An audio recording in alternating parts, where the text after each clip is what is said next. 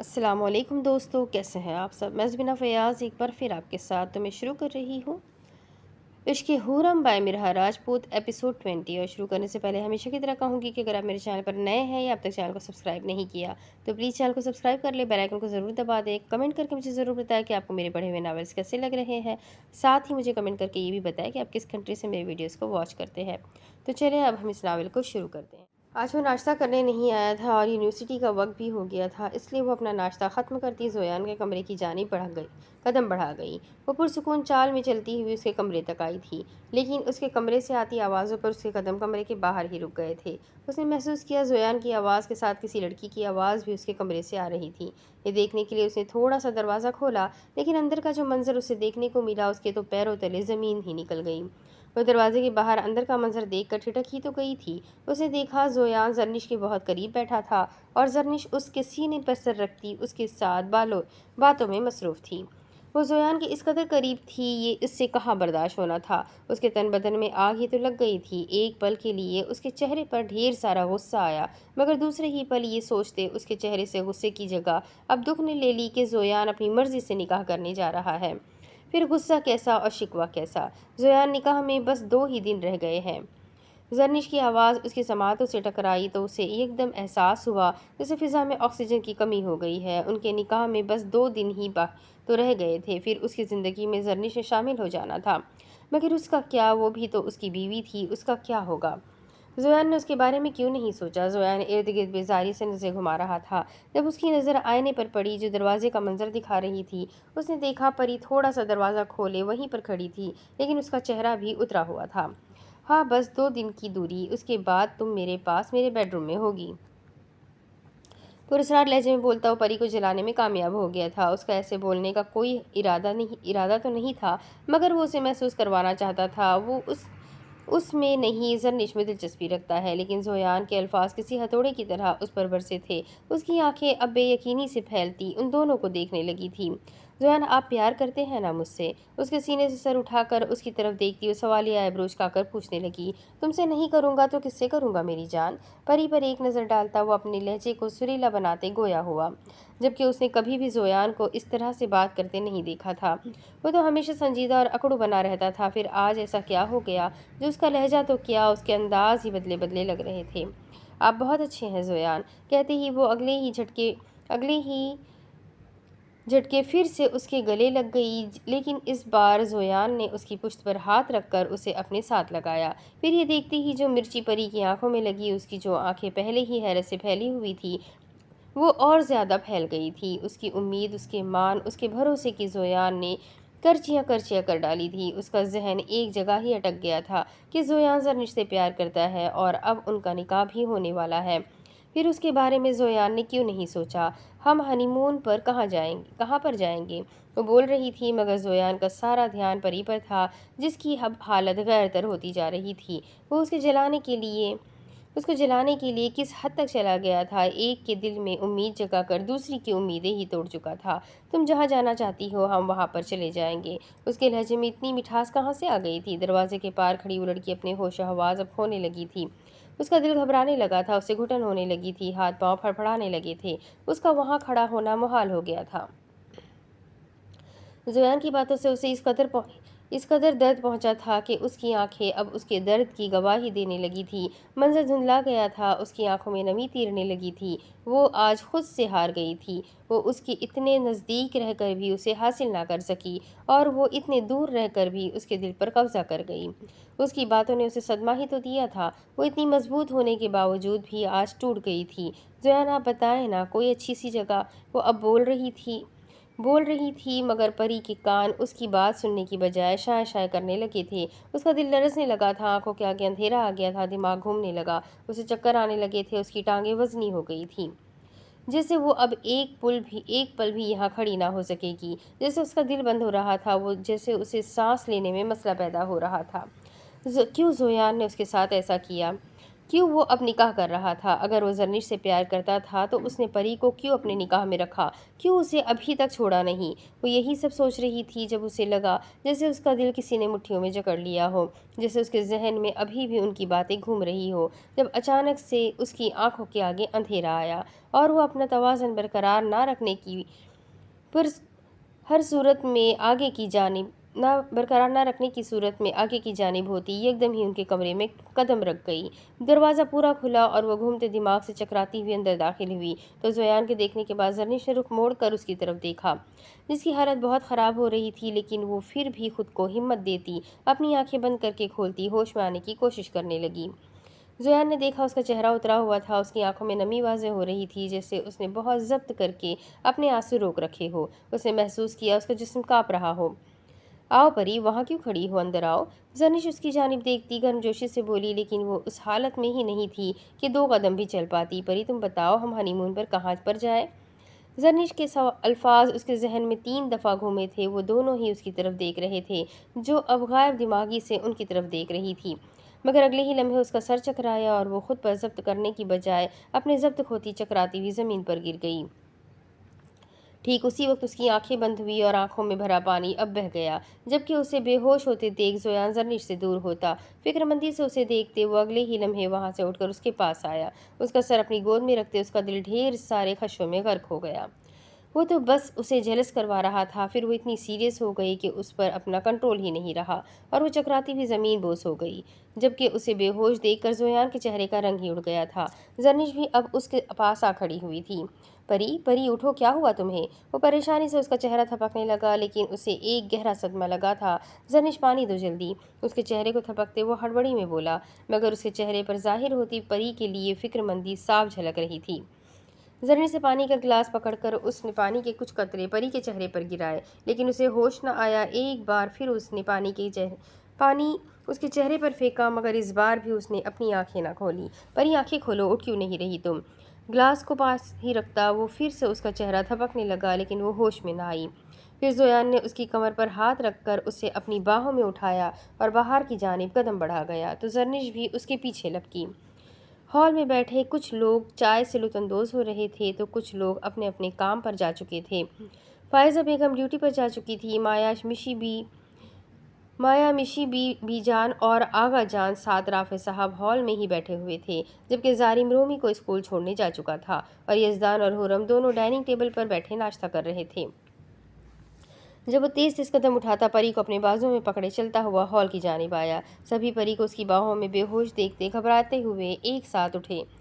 کوئی ڈاکٹر کو فون کرو جلدی، پری کو ہال کے صوفے پر لٹاتے وہ تیز آواز میں چیخا تھا۔ وہ کس قدر پریشان ہو گیا کہ فکر مندی اس کے چہرے پر صاف واضح ہو رہی تھی، جبکہ یزدان اور حرم بھی ناشتہ چھوڑ کر پری کی جانب بڑھے جو اپنے ہوش سے بیگانہ تھی۔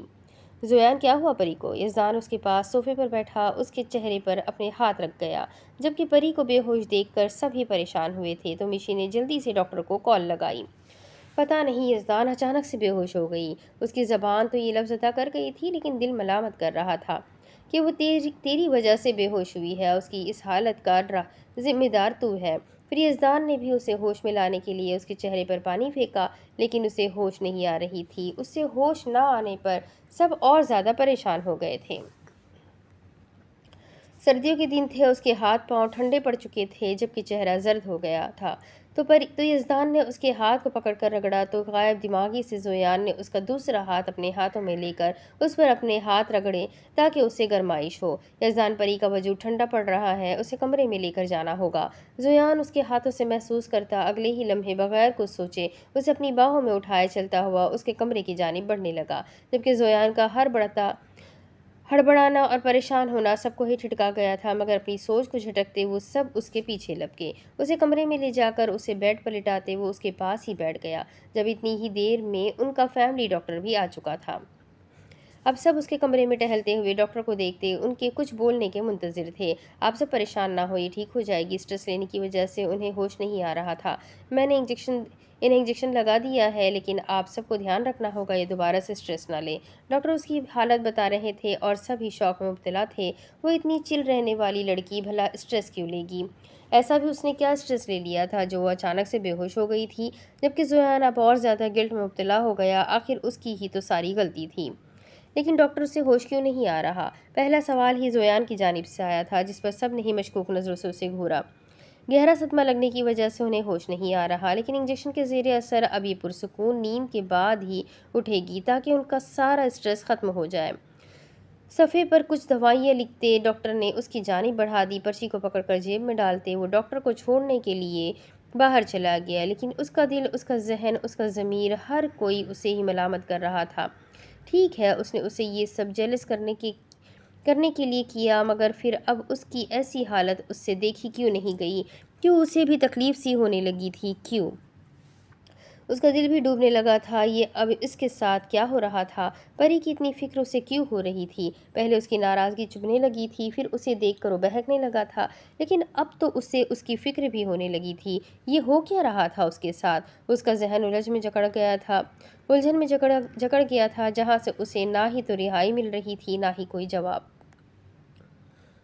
پری کے ہوش میں آنے کے بعد یزدان اس کے کمرے سے نکل کر رافع صاحب کے کمرے کی جانب بڑھ گیا۔ اسے کچھ ضروری بات کرنی تھی اپنے بابا سے۔ بابا آپ کہاں جا رہے ہیں؟ انہیں تیار دیکھ کر یزدان پوچھنے لگا۔ میں اکیلا نہیں، ہم سب جا رہے ہیں فارم ہاؤس۔ کل زویان اور زرنش کی مہندی کا فنکشن ہے، اس لیے ایک چھوٹی سی تقریب ہم نے فارم ہاؤس میں کرنے کا سوچا ہے۔ کالر کو صحیح کرتے ہوئے یزدان کی طرف دیکھنے لگے۔ بابا حویلی میں جگہ کم پڑ گئی ہے کیا؟ وہ تفتیشی نظروں سے انہیں دیکھنے لگا۔ زرنش چاہتی ہے فنکشن فارم ہاؤس میں ہو، بس اسی لیے۔ ان کے جواب پر یزدان نے بیزاری سے اپنی آنکھیں گھمائی۔ بابا مجھے آپ سے ایک بات کرنی تھی۔